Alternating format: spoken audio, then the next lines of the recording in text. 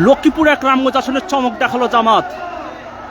দলটি প্রতিষ্ঠার পর থেকে এত শক্তিশালী কখনো আর দলটিকে দেখা যায় না। 5ই আগস্ট পরবর্তীতে দলটি ক্রমান্বয়ে খুবই বৃদ্ধি পাচ্ছে। আমরা দেখতে পাচ্ছি যে আজকে লক্ষ্মীপুর এক রামগঞ্জ আসনে নাজমুল হাসান পাটোয়ারির সমর্থনে একটি গণমিছিল অনুষ্ঠিত হচ্ছে।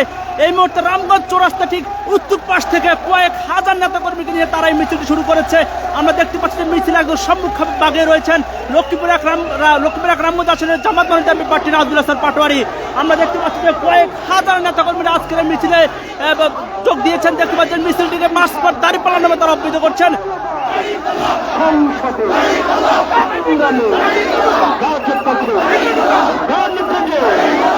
দর্শকদের আপনাদেরকে আরেকটু জানিয়ে রাখি, লক্ষ্মীপুরে এক আসনটিতে 1991 এবং 96 সালে আল্লামা লুৎফুর রহমান সাহেব নির্বাচন করেছিলেন। এর পরবর্তীতে জামাত আগে কখনো এমন নির্বাচন করে নেই। এবারই তাদের এখান মধ্যে প্রার্থী দিয়েছে উপজেলা জামাতের আমির নাজমুল হাসান পাটোয়ারিকে। এবং নাজমুল হাসান পাটোয়ারির সমর্থনে আজকে 10টি ইউনিয়ন এবং একটি পৌরসভা থেকে কয়েক হাজার নেতাকর্মীরা তারা আজকের গণমিছিলে যোগ দিয়েছেন। এবং গণমিছিলটি এই মুহূর্তে রামগঞ্জ সোনাপুর থেকে রামগঞ্জ চৌরাস্তার অভিমুখে রওনা দিয়েছে। আমরা দেখতে পাচ্ছি যে জামাত কখনো এত শক্তিশালী আর কখনো দেখা যায়নি।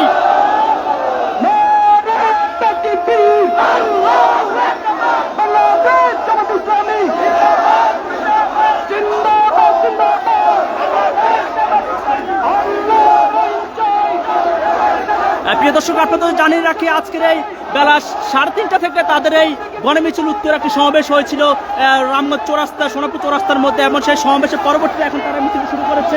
আমরা যেটা দেখানোর চেষ্টা করি, মিছিলটির সম্মুখ ভাগ রয়েছে এই মুহূর্তে রামগঞ্জ চৌরাস্তার মধ্যে এবং মিছিলটির যে পিছনে ভাগ রয়েছে সেটি এখনো রামগঞ্জ সরাই কলেজের মধ্যে অবস্থান করছে এমনটাই দেখা যাচ্ছে।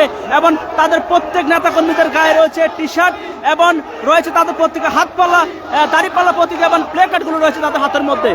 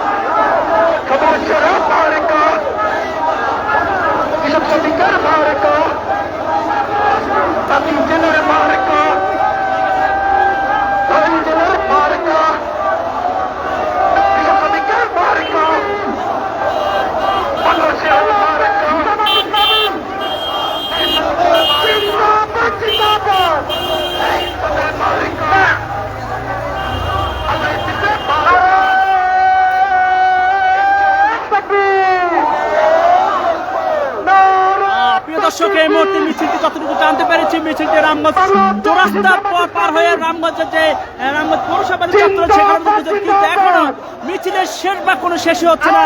এবং ধারণা করা হচ্ছে জামাত এতটাই শক্তিশালী হয়েছে লক্ষ্মীপুর এক আসনের মধ্যে, তারা এবার দাঁড়িপাল্লা প্রতীকের বিজয় নিয়ে তারা ঘরে ফিরবে এমনটি প্রতিশ্রুতি নিয়ে তারা আজকে মাঠে নেমেছেন। আমরা দেখতে পাচ্ছি মিছিলের মধ্যে যে সকল শ্রেণী পেশার মানুষ অংশগ্রহণ করেছে, বিশেষ করে তরুণদের একটা ভালো অবস্থান আমরা দেখতে পাচ্ছি এখানের মধ্যে। বিশেষ করে এখানের মধ্যে যে 18 থেকে 35 বছর পর্যন্ত যুবক শ্রেণীর রয়েছে তাদেরকে আমরা দেখতে পাচ্ছি এখানের মধ্যে।